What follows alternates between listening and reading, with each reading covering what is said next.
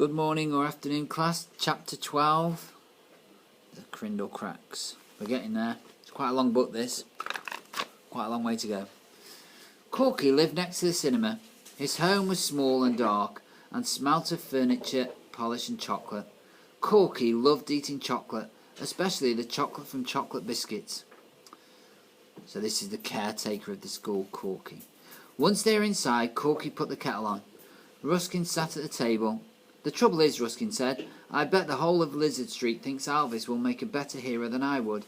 I bet Mr. and Mrs. Cave think that Mrs. and Mrs. Walnut and Mr. Lace and Dr. Flowers, even though Alvis breaks all their windows and they don't really like him." Corky opened the chocolate biscuits and handed one to Ruskin. "What does it matter what they think, my dear boy?" he said. "You know you could be a hero. That's all that matters." "I know," Ruskin said, thoughtfully, munching a biscuit. Sorry, I'm about to sneeze. But sometimes it's nice when other people think what you think. The kettle boiled and Corky filled the teapot with hot water.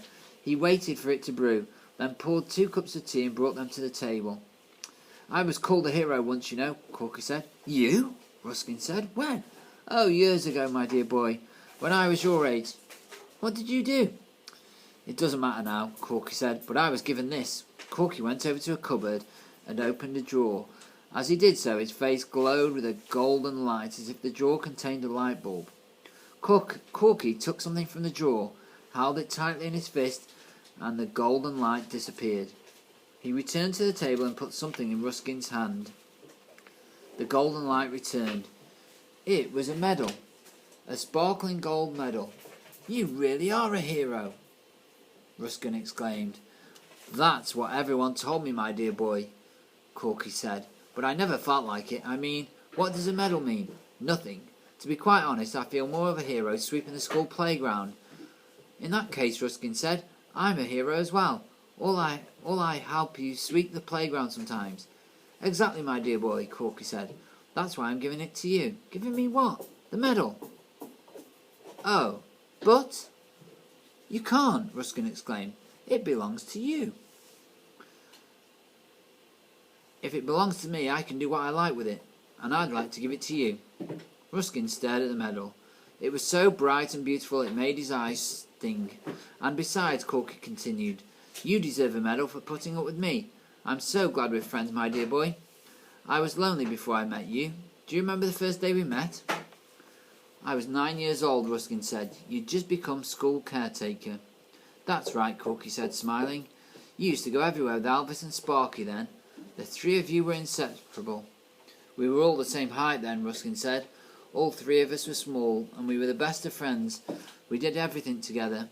We'd ride our bikes and talk about insects and jump over cracks in the pavement." There he is, looking at the medal with Corky.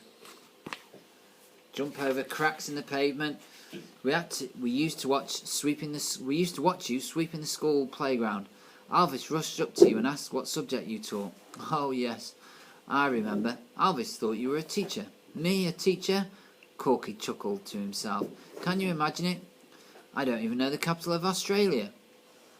"And he began talking to you more and more," Ruskin said. "It was you who got me interested in acting. You told me all the plays you'd seen and how some actors would make you laugh and cry. And one day Mr. Lace overheard us talking, and you said—" "Shakespeare," interrupted Corky. "That's right. You said Shakespeare. And Mr. Lace started to cry. That's when I discovered Shakespeareing Mr. Lace." "And you told Alvis," Corky said, frowning. "He was my friend then," Ruskin explained. "I trusted him. I thought I could tell him everything, but it all changed, because he started to grow." "It seems that way. You gave me a football. Remember that, Corky?" "Yes, my dear boy," Corky replied. "It went de-boing when I bounced it. Alvis was really jealous, and then, well, he just started to grow. He grew muscles, got bigger, and started to wear these padded shoulders and a helmet." "And he stole your ball." "That's right. And Sparky, who used to be my friend, stopped talking to me and started following Alvis around everywhere, saying 'yes, sir' to everything Alvis said. And now I've got no friends except you, Corky. And I've got no friends except you, Ruskin." They hugged each other. Corky's hair was very soft against Ruskin's cheek, like feathers, and Ruskin could feel the old man's heart beating through his clothes. Suddenly Ruskin exclaimed, "But the cracks, Corky, the cracks and the dark bricks and the holes and the bumps in the roads. You were going to tell me what's caused them." "So I was, my dear boy," Corky said softly. There was a pause. "Go on then," Ruskin urged. Corky took a biscuit and started to lick the chocolate. "It's quite a story," Corky said. "More strange than Elvis going into the window smasher of Lizard Street.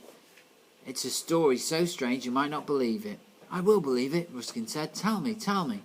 "Well," Corky said, "you know when you sometimes feel a rumbling in the ground under Lizard Street?